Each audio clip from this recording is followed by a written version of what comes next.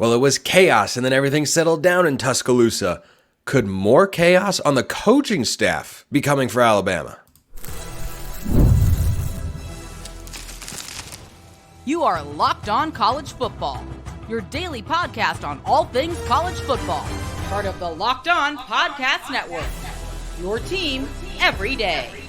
Welcome, everybody, to another episode of Locked On College Football. I'm your host, Spencer McLaughlin. Thank you so much for making this your first listen or your first view every day. Part of the Locked On Podcast Network, your team every day. This is your number one source to stay up to date with the biggest stories in the greatest sport on planet Earth, coaching carousel, which just continues about transfer portal realignment. It's all right here. Today's episode is brought to you by FanDuel. Make every moment more. New customers join today and you'll get $200 in bonus bets if your first bet of $5 or more wins.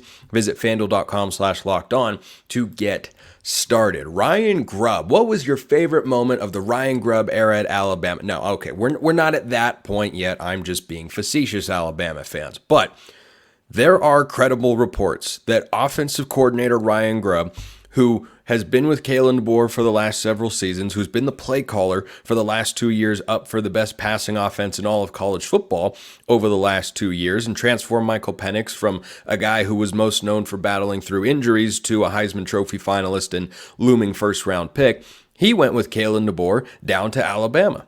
And reports are that Ryan Grubb might not be going to Tuscaloosa after all, because Ryan Grubb is reportedly a candidate for Mike Macdonald's staff in Seattle. Who's Mike Macdonald? He's the new head coach of the Seattle Seahawks.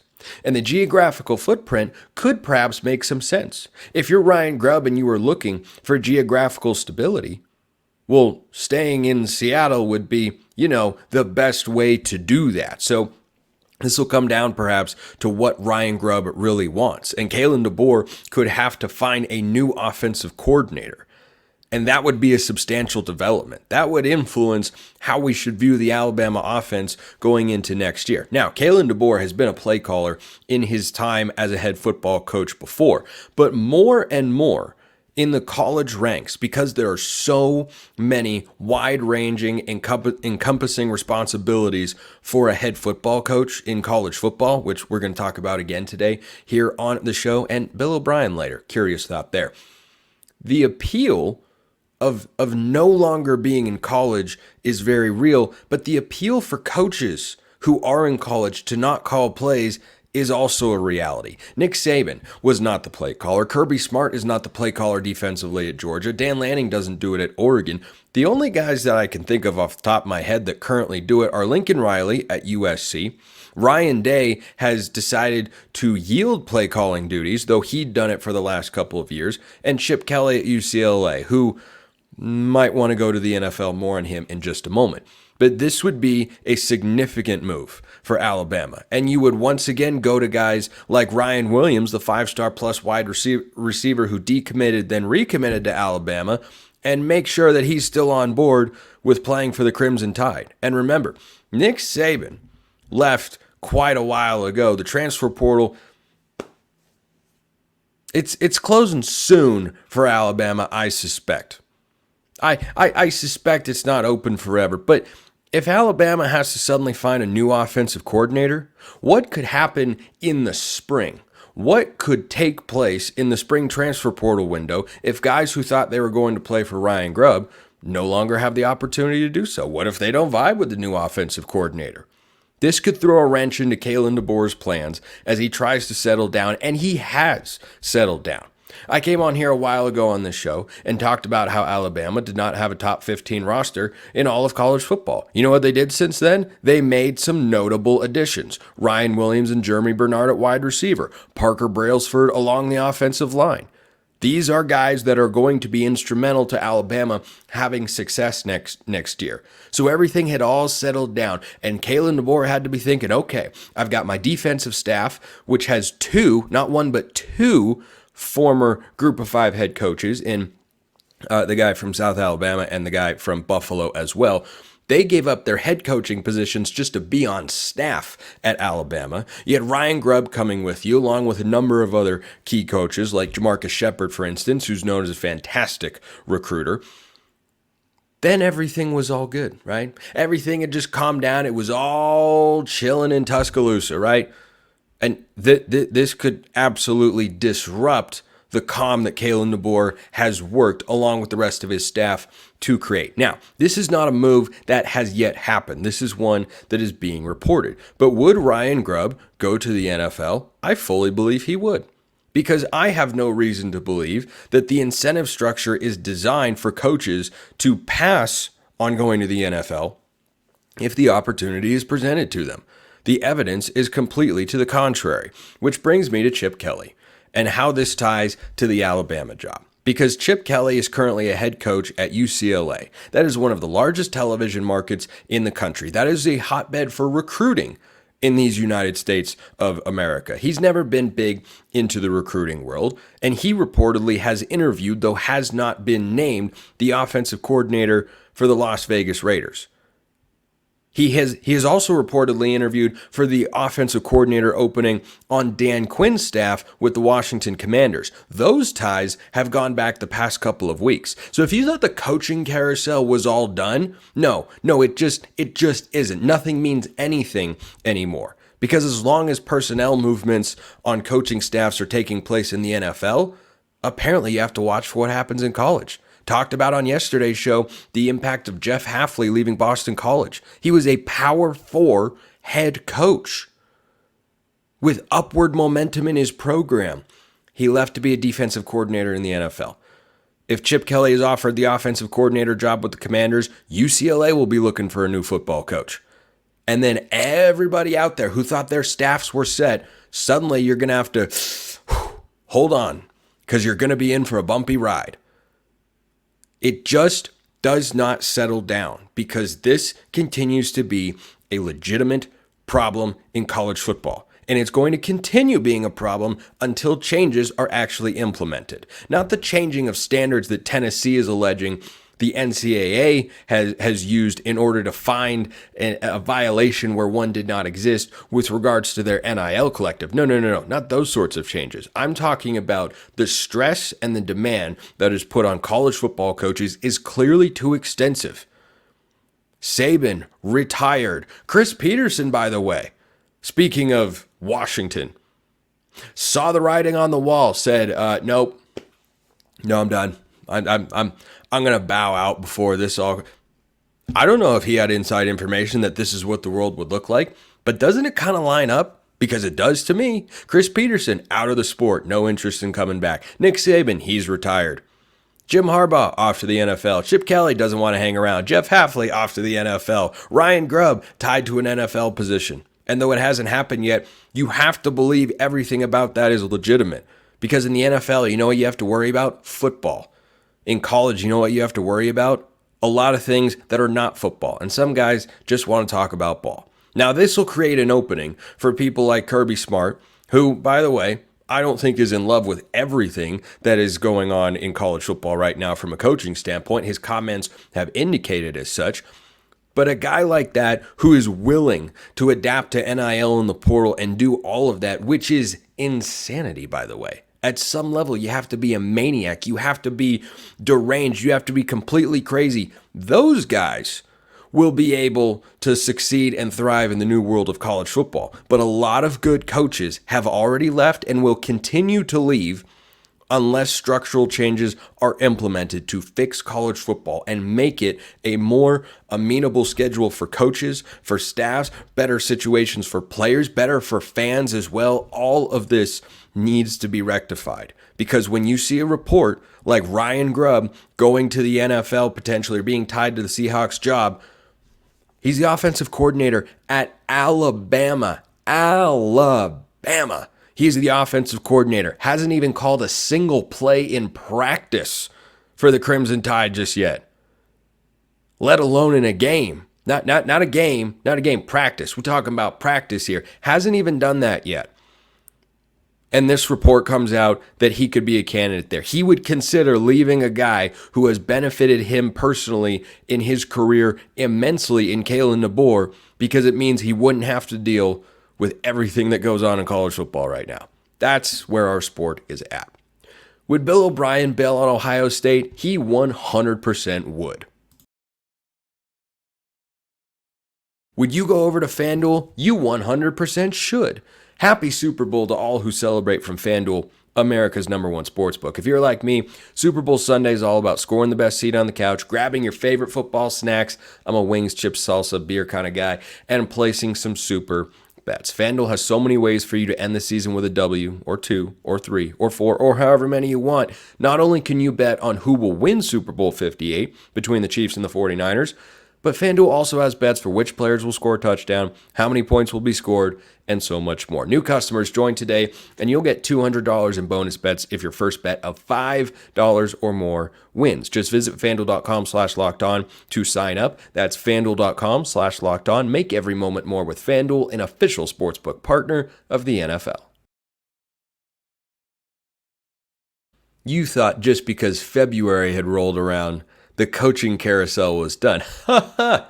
You couldn't be more wrong. We could see a major offensive coordinator, a Power 4 head coach out of the Big Ten depart within the next week or so, depending on what moves get made. And then there's this factor. And that's Bill O'Brien, who has been a head coach in his day, going back to his time at Penn State and with the Houston Texans. And given his career track record, it is indicative to me, or clear to me, I should say, that Bill O'Brien desires to be a head coach again. Well, what do you know? There is suddenly an opening out east in the ACC because Jeff Hafley said, I'm done. I'm not into this college football sort of thing anymore. I want to be a defensive coordinator in the NFL. And AJ Black over at Locked On Boston College had this to say about the prospect of making Bill O'Brien the next head coach of Boston College football and why it makes a lot of sense. He has a long list of success. He's coached. That checks off a huge box for Boston College. We do not need, I've seen names thrown around like Al Washington. I love Al Washington. I was there when he was a player there, but he's a defensive line coach. Boston College needs a coach that has experience, that has done this. They can't get another Jeff Hafley who's learning on the job. Bill O'Brien won't be learning on the job. He knows what he's doing. He has done this at a high level. If you've been able to do this for the Patriots as an offensive coordinator, but more so as an NFL head coach and a college head coach, and have had success at both, you can do it at Boston College. I trust that he would be able to put together a staff that would meet the needs of this program. I feel he would be the type of coach that would be able to get Thomas Castellanos to buy in and some of the bigger players around him, like Jalen Bradley, the transfer from Texas Tech. And he goes on to talk about the personnel that he'd be able to bring to Boston College there. That's AJ Black of Locked On Boston College. Go check him out if you want to hear more and his thoughts on Bill O'Brien and such. My thoughts on his thoughts are that I agree. Bill O'Brien was the head coach at Penn State, head coach of the Houston Texans, relieved of his duties. Where does he go? He's the offensive coordinator at Alabama. What has that position historically generated? Future college head coaches. That's what, whether you're an offensive or defensive coordinator. The Nick Saban tree of coordinators that have become or are currently serving as head coaches is rather extensive. There are even names that some of you might have forgotten about, but the ones that you know most prominently at this point in time would be Lane Kiffin at Ole Miss and Kirby Smart at Georgia. Those two in the SEC. Bill O'Brien took that job. Then where did he go to be the New England Patriots offensive coordinator? Who was he working under there? Oh, that's right. Bill Belichick, just the greatest coach in the history of the NFL. The guy who has, 6 Super Bowl rings as a head coach. He's pretty good. He's pretty darn good. Josh McDaniels was not once but twice named a head coach in the NFL after serving under Bill Belichick. And Matt Patricia was named the Lions head coach once upon a time. It didn't go very well, but he was given the job because he'd worked under Belichick. And Joe Judge was the special teams guy, and the Giants wanted to give him the head coaching job. Why am I bringing this up on a college football podcast? Because Bill O'Brien's desire is clearly to be a head coach because he continues to take positions that generate head coaching opportunities because of the caliber of coach and the role that he is playing under said coach on his staff. And when you've been a head coach and you've had success as well, Bill O'Brien inherited a horrible situation at Penn State, turned him around. He went to the Texans, not an easy place to win. Ask the three previous guys prior to the arrival of DeMeco Ryans and CJ Stroud, which looks like a match made in heaven up there, the Ohio State product. What exactly were they able to do once they got rid of Bill O'Brien? Oh yeah, not a lot. Not a lot. He was seen as crazy for wanting to trade DeAndre Hopkins. Then DeAndre Hopkins was promptly suspended for PEDs and whatnot, and he looked a little bit less crazy there. All of these factors, everything about his trajectory lines up to lead me to believe he has a desire to be a head coach. And if you have a chance to take over a Power 4 program, look, National Signing Day is 6 days away. It's not even that impactful anymore, which is speaking to the ridiculousness of the college football schedule. That makes no sense from a recruiting standpoint. It makes no sense from a marketing and publicity standpoint for your sport. Nothing about that lines up. But guess what? Few things about this wonderful, beautiful, greatest sport on planet Earth make a lot of sense anyway. So for Bill O'Brien, he is going to be the offensive coordinator at Ohio State. Much like Ryan Grubb, he hasn't taken a single solitary opportunity to call a play. Why? Because he hasn't been there for that moment. Is there any precedent for that? Why, yes, there is. In fact, an individual who just got hired as the Raiders offensive coordinator instead of Chip Kelly is a guy by the name of Cliff Kingsbury. Cliff Kingsbury, once upon a time, was going to go be the offensive coordinator at USC. That is a high-profile program, much like Ohio State. Instead, he took a head coaching opportunity with the Arizona Cardinals, and he never called a play for USC. He'd pledged to be their OC and then said, nope, I got a head coaching opportunity right over here. So the precedent for Bill O'Brien to take that coaching job is absolutely there. And for a guy who may very well want to get back to the NFL, what first made him appealing as a college head coach? He took a situation that was not going to be easy to win, and he made them into a winner. And then he was hired to the NFL, and he had success.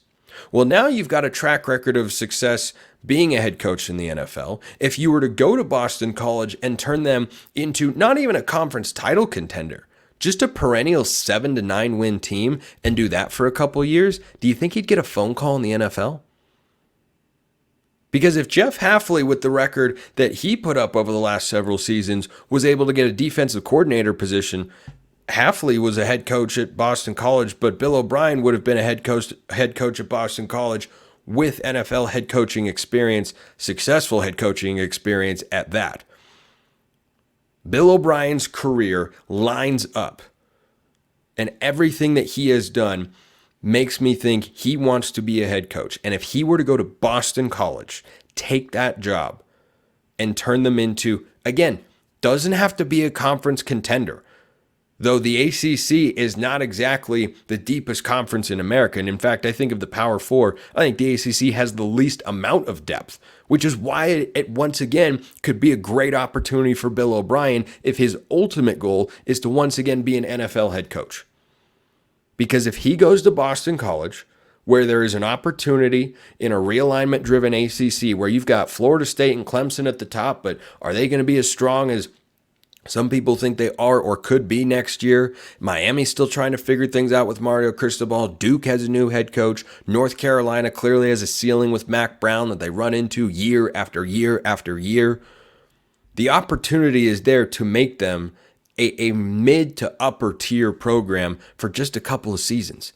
If you were to go 7-5, maybe win a bowl game 8-5, then go 8-4, lose a bowl game again 8-5, and then go 9-3 the next year at Boston College, go look at the list of Boston College football seasons. It's not an easy place to win.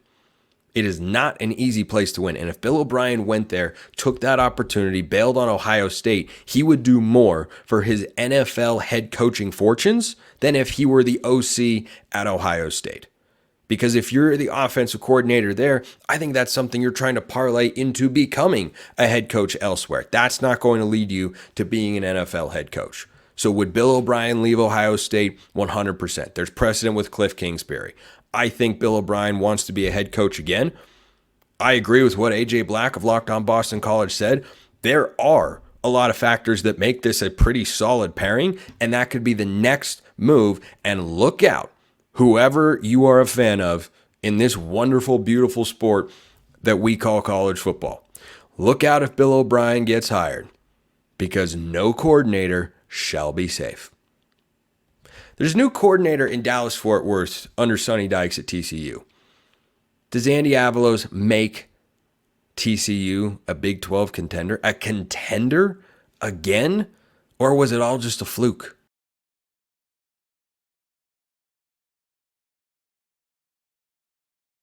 The Big 12 is wide open. I think Utah's the favorite, but would I paint them as a heavy odds-on favorite? No. They're my pick to win the league.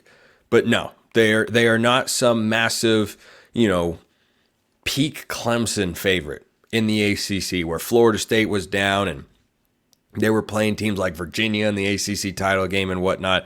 It's not that sort of situation. But the Big 12 is certainly gettable. It is incredibly gettable for a number of teams. And TCU's trying to re-adjudicate themselves into that conversation because they burst onto the scene with Sonny Dykes in year one. 13-2, national championship game appearance. Didn't actually win the Big 12 title game, but got into the playoff, beat Michigan, got blasted by Georgia. Heck of a year, probably the best in the history of TCU football. Literally playing for a national championship. Didn't get there, but guess what? And Georgia was very good. Georgia was very, very good. And so going into year three, TCU's coming off a season in which they didn't even make a bowl game. Did not even make a bowl game. You talk about going from the top of the mountaintop to closer to the bottom. What do you even feel right now if you're a TCU fan? National championship game to 5-7? Was that a fluke? Was that a flash in the pan? Here's what I do know. If you want to feel good about Sonny Dykes going forward as the long-term head coach for the TCU Horned Frogs, he's got to be able to at least deliver an 8-9 win season this year because the Big 12 is incredibly, incredibly gettable. Oklahoma and Texas are not in your way. You've brought in Arizona State, which is a rebuilding team. Arizona, who historically has had a ceiling. They've got key returners, but they've also lost players and they lost their head coach. Colorado, whose win total is criminally low at 4.5. Go bet the over at FanDuel. I'm telling you right now, that's free money. And Utah, who are one of the favorites. Combine that with the 4 group of 5 teams you brought in the year prior, BYU, UCF, Houston, Cincinnati. One of them made a bowl game. That was UCF, and they lost that bowl game. This conference is incredibly winnable if you're capable of playing at a solidly high level. And TCU has the tools to be a Big 12 contender. The question is whether or not Sonny Dykes will have his team prepared on Saturdays. Because this is a TCU team that took a step back a season ago. Their offense had a little bit of fluctuation at the quarterback position. Chandler Morris couldn't stay healthy again. That was certainly part of the problem. Here was the other part of the problem. Their defense was not good. And in 2 years under Sonny Dykes, it has never been good. They've allowed 29 and about 28 points per game in the 2 respective seasons since Sonny Dykes came over from SMU. Well, guess what? The Horned Frogs have attacked that weakness in the transfer portal. Going to other Power 4 or 5 schools or high-level G5 schools like the Mountain West or the American, they have added 11, count them 11 defensive transfers. It's not going to be a brand new starting lineup across the board, but when you add 11 transfers, it's a top 15 transfer portal class overall, according to 24/7 Sports. When 11 of them are on the defensive side of the ball, that tells me something. That tells me something that I want to see from coaching staffs when they undergo a season in which things are not going well in a particular area. I want to see you attack your weaknesses hard. That's what the transfer portal and the coaching carousel and the coordinator carousel are for. And TCU is the second team to make these sorts of changes, and I am high on both of them. TCU's one, USC is the other. USC went and got UCLA's stud defensive coordinator, D'Anton Lynn. They added an all-conference player in Easton Mascarenas Arnold at linebacker from Oregon State. They added his younger brother, Achille Arnold, who's a safety. They bring in Kamari Ramsey from UCLA along with the defensive coordinator, D'Anton Lynn himself, and another player or two from the Bruins' great defense from a season ago. Those are two teams that can score points. Sonny Dykes teams, Lincoln Riley teams, no problem scoring points, no matter who is back there. But the defense has not been there. Just has not been good, consistent enough.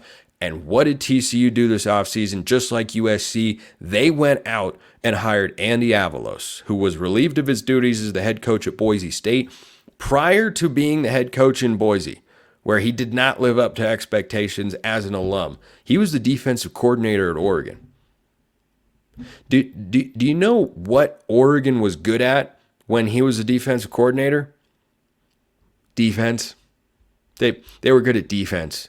The 2019 Oregon Ducks won the Pac-12 championship. They beat an 11-1 Utah team in the title game. They beat Wisconsin in the Rose Bowl. They had a 12-win season. They had Justin Herbert at quarterback. He wasn't fully developed into what he is now in the NFL, though he was good. Oregon had a great offensive line. They did not have a great offensive scheme. But you know what they had? One heck of a defense. And yeah, Kayvon Thibodeau was on that team as a true freshman, but he was very good. That Oregon secondary was tremendously well coached and one of the best the Ducks have had in the last 10, 15 years. On par with what Oregon had this year, and they had one of the best defenses statistically in the Pac-12 and one of the 15 best in all of college football. So for Andy Avalos to be the hire here, I absolutely love. I absolutely love this hire for TCU. Joe Gillespie did some great things at Tulsa. It didn't translate over to TCU. Avalos is going to bring a 4-2-5 defensive scheme. That's what he likes to run to Dallas-Fort Worth and to the Horned Frogs defense. And with 11 transfer players from either really quality G5 or Power 4 programs, this can be a completely different unit, and TCU can move in a different direction on that side of the football than what they have over the previous couple of years. Now, the next question you have to ask yourself is, what about the quarterback position? Because Chandler Morris plays for the Mean Green of North Texas now. Well, the most likely, though not only option, they added a quarterback from Vanderbilt as well. There was another one on the roster. The most likely quarterback option is Josh Hoover, who was a redshirt freshman this past year. The last 4 games he played, 9 touchdowns, 4 interceptions, not amazing numbers on the surface, but he was over 300 yards passing in every single game. And if you go listen to Locked On TCU, they tell you, yeah, this should be Josh Hoover's team. And if it is, and if he realizes his potential and that defense improves, this is not a Big 12 that scares me to the point where TCU couldn't at least be in the mix. Because if you have enough pieces, you don't have to be a legitimate playoff contender to be a conference contender in the Big 12. And TCU can turn things around. Now, this mailbag question came in a while back from Cody, who asked if year 1, year 2, or neither was the fluke with Sonny Dykes whilst at TCU. The interesting thing is his 2-year stint so far at TCU is the inverse of the first 2 years of his 3 previous coaching stops. So previously at SMU in year 1, he went 5-7. In year 2, he went 10-3. That was the only 10-win season he had at SMU. They were still trying to come back from, the death penalty in college football. Thanks for nothing, NCAA. At Cal, he went 1-11 in year 1, 5-7 in year 2. At Louisiana Tech, he went 5-7 in year 1, 8-5 in year 2. Typically, his teams have improved, but the lightning in the bottle season came in year 1 for him. And so I almost write that off and say, no, I think Sonny Dykes is going to have a better team. I think he can have one of those 5-7 to 8-4, 9-3 turnarounds. And if that's the case in the Big 12, you can push to make the conference championship game. I think that first year was a one-off. You can call it a fluke if you'd like. But I think Sonny Dykes is a real solid football coach. He has succeeded at places where it's not easy to succeed. Cal is a difficult job. Just straight up. It is. It is not an easy place to be a head football coach. He was winning some football games there. He had an 8-5 season. That's about as well as they've done over the last 15, 20 years or so. Really, the last 15. It's been a struggle over there in Berkeley. He guided them to an 8-win season. SMU was completely down, irrelevant, but he had a 10-win season. Double digits with SMU. And now with TCU, which is one of the bigger brands now, football-wise, in the entire Big 12, I expect TCU to be one of the contenders this year. I don't think they're one of the top 2 or 3 favorites. I think that's reserved for Utah, for Arizona, for Kansas State, for Oklahoma State. But that next group of, hey, dark horse contender to get to the Big 12, I put TCU right near the top of that list. Appreciate everyone listening. I'll see you next time. And until then, hope you have a wonderful rest of your day.